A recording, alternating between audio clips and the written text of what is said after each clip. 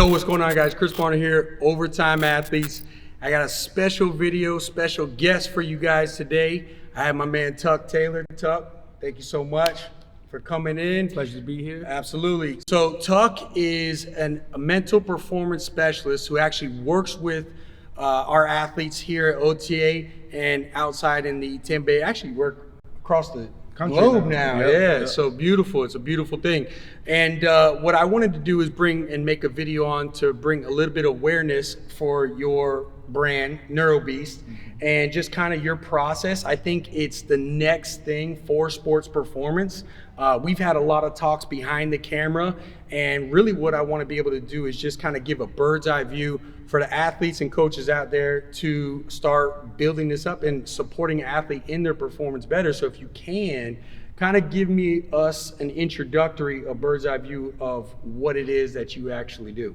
Right. So, like you said, I'm a mental performance specialist or mental performance coach. I've been servicing the Tampa Bay area and now worldwide with my virtual clients. And basically what mental performance is, it's kind of a two-set thing, dichotomy thing. You have your psychological skills or your mental skills, and then you also have your cognitive ability.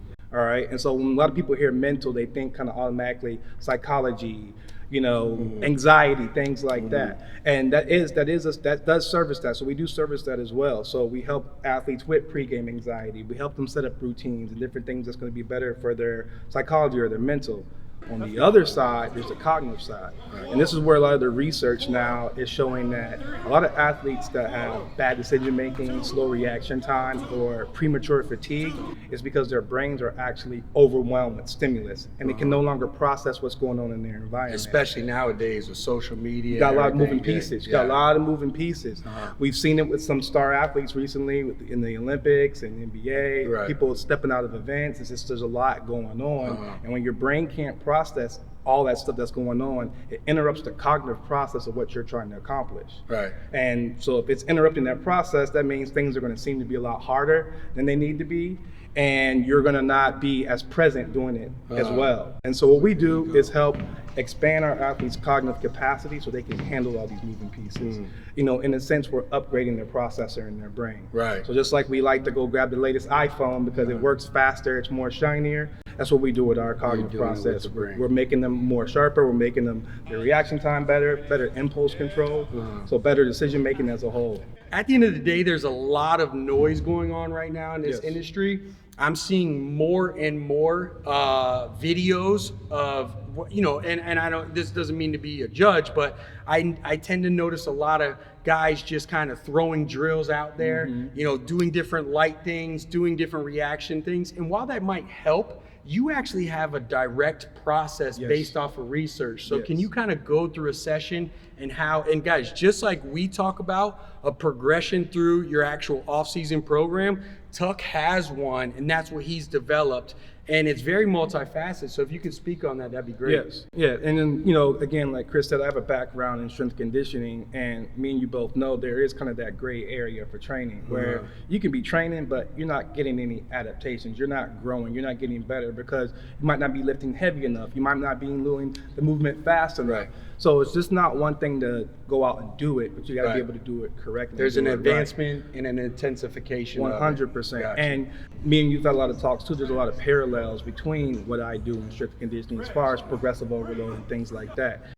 Part of my process is just like you guys will warm up the body. We first start out with the eyes, all right? Because the eyes, that's the window to the brain.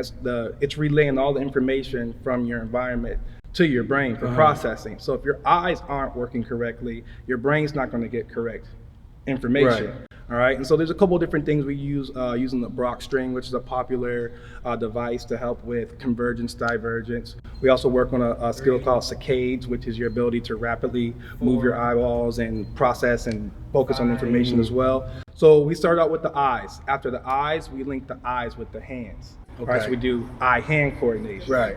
All right, and that's usually with tennis balls. We start at a very low level, and that progresses pretty advanced. If you've seen some of our stuff that some of our athletes can do. From there, we link the feet, so eye-feet coordination. All right, and that's done with what's called a dock drill. So we have different dots that have different colors on the ground, and you have to coordinate your feet depending on what you might see from a coach, or what a coach might cue you to do, or what you might see from an application.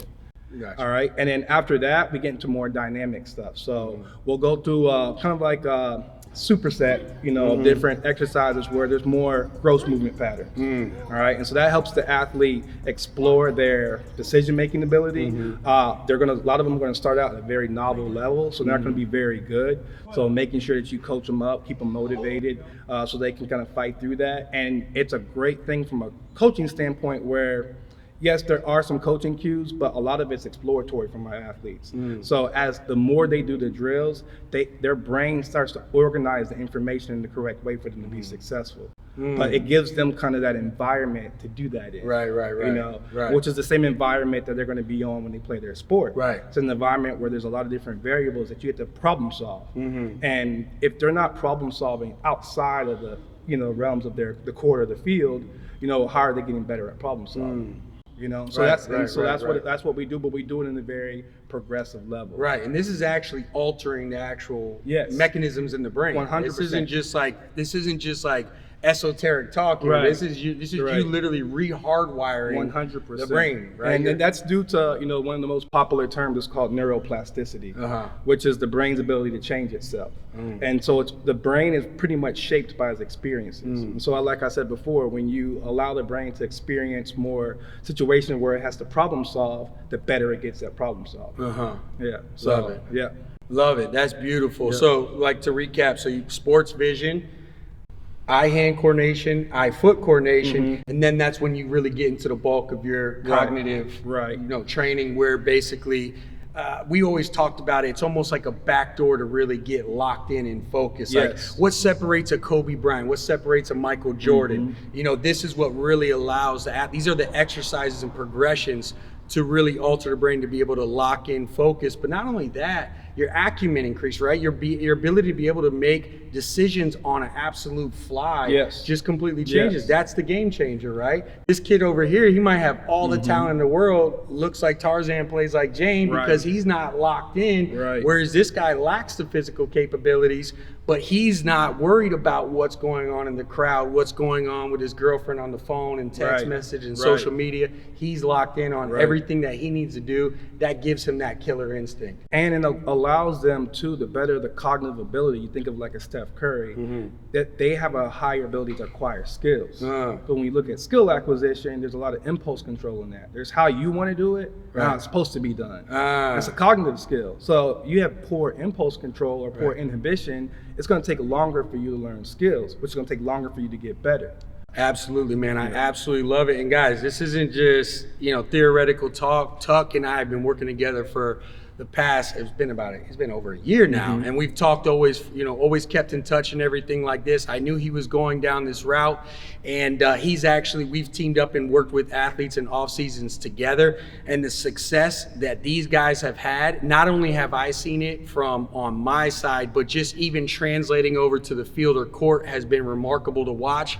I think that it's absolutely all three of those paired together, I just think it's going to absolutely change the game. And one thing I just want to share with these guys, again, it's just like anything new, right? We like to be novel. We like to throw shit on the wall, hope that it sticks, but I just knowing and talking with you, this has to have the respect that it's due, because there's a whole process that's been developed, and there's guys working in the trenches every single day to be able to really bring an athlete from square one foundational all the way up to the level where you're building them to. So I just thought it was so important, and we'll get into some other videos where we kind of go deeper in those things. But Tuck, man, thank you so much for coming. Appreciate you, man. Absolutely. I hope that helps, guys. You can check Tuck out. Check out the link down below, and I'll holler at you guys next time. 13, 23, 12.